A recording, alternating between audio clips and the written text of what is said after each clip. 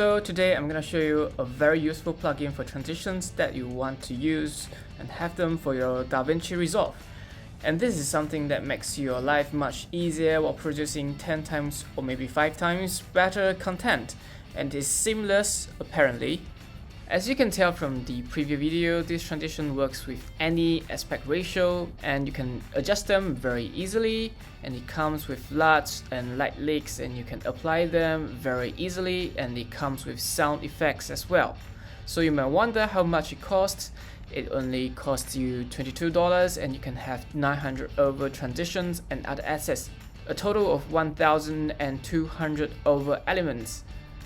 For installation, it's quite self-explanatory. You can always refer to the Windows or Mac users manual on how to install. If you have any questions, just drop me a comment and I'll assist you and see what I can do to help you. So I'm gonna drag some videos to my media pool. So I'm just gonna randomly select some of the clips over here, and remember to change your project settings whenever it's applicable. And yep, you can actually change the settings over here.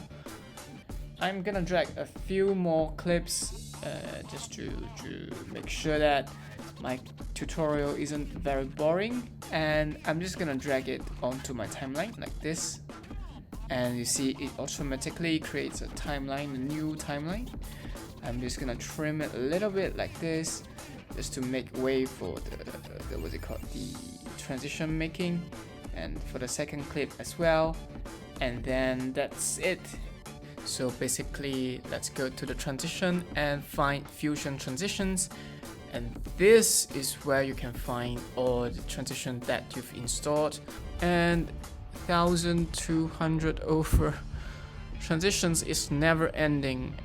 But since it's clearly labeled and with previews available, I think it's easier for you to make your choices, and you can actually click this to have a star and make it your favorite. So next time you're looking for any transitions, you can just scroll down and see, or just go to your favorite transitions and you can just find your transitions over here.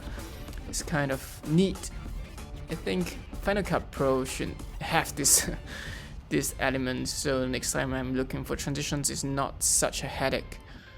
Let's try this camera shake.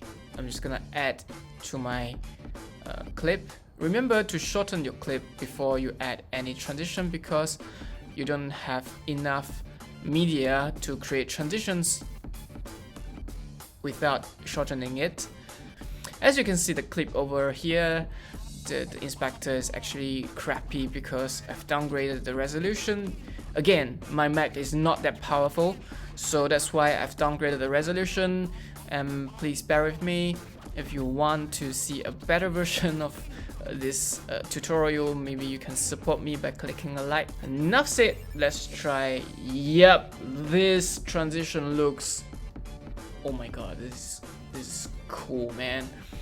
You can actually shorten the transition like this and then hit play. Yep, this is like neat and clean kind of earthquake glitch effect. This kind of transition actually reminds me of TikTok. And after you go to the inspector, you can actually change, for example, the shake speed, the strength of the shake. You can increase or decrease. I don't really want it to be very big of a motion, and I also want to add a motion blur. And let me close the inspector and see what is the result like. Yep, this is like a glitchy cross dissolve kind of transition, but it looks absolutely gorgeous. Let's try another transition. Pan, smooth pan to the right. I think this is like a camera movement kind of transition. Yep, and since my Mac is crappy, I'm gonna downgrade by just reducing the quality and the shutter angle and see what it looks like. Bam! Looks awesome, man. You can even shorten it like this. Wow, this is absolutely beautiful. Let me remove the motion blur and see what it looks like.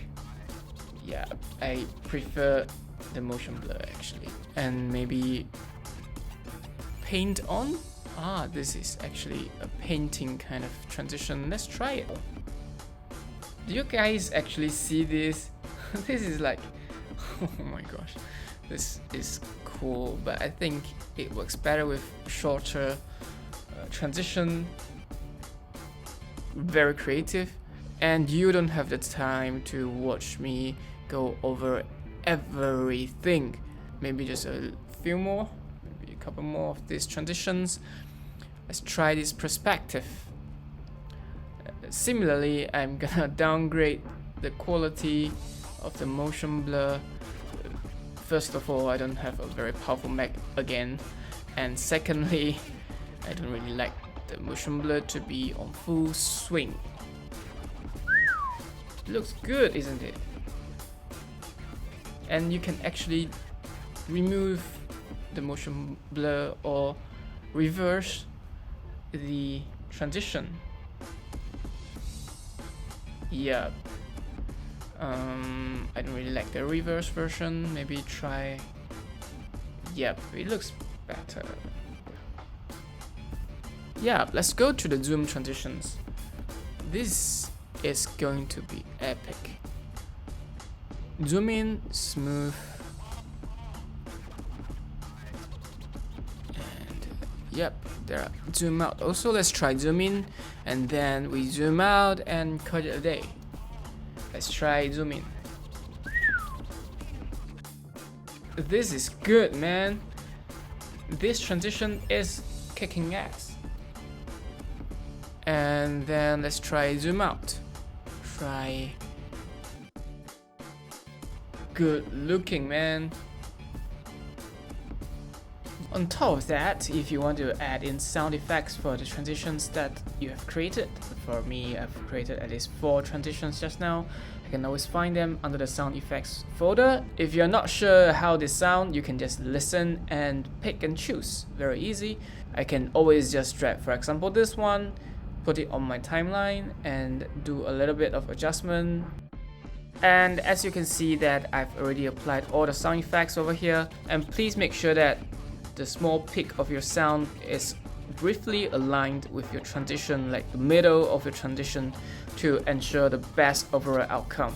And that's all for today's video, and hope you guys enjoy this, and do check it out, man. This is gonna worth your time. It's gonna worth your money. Invest on it, and you can improve a lot on your video quality. Bye bye.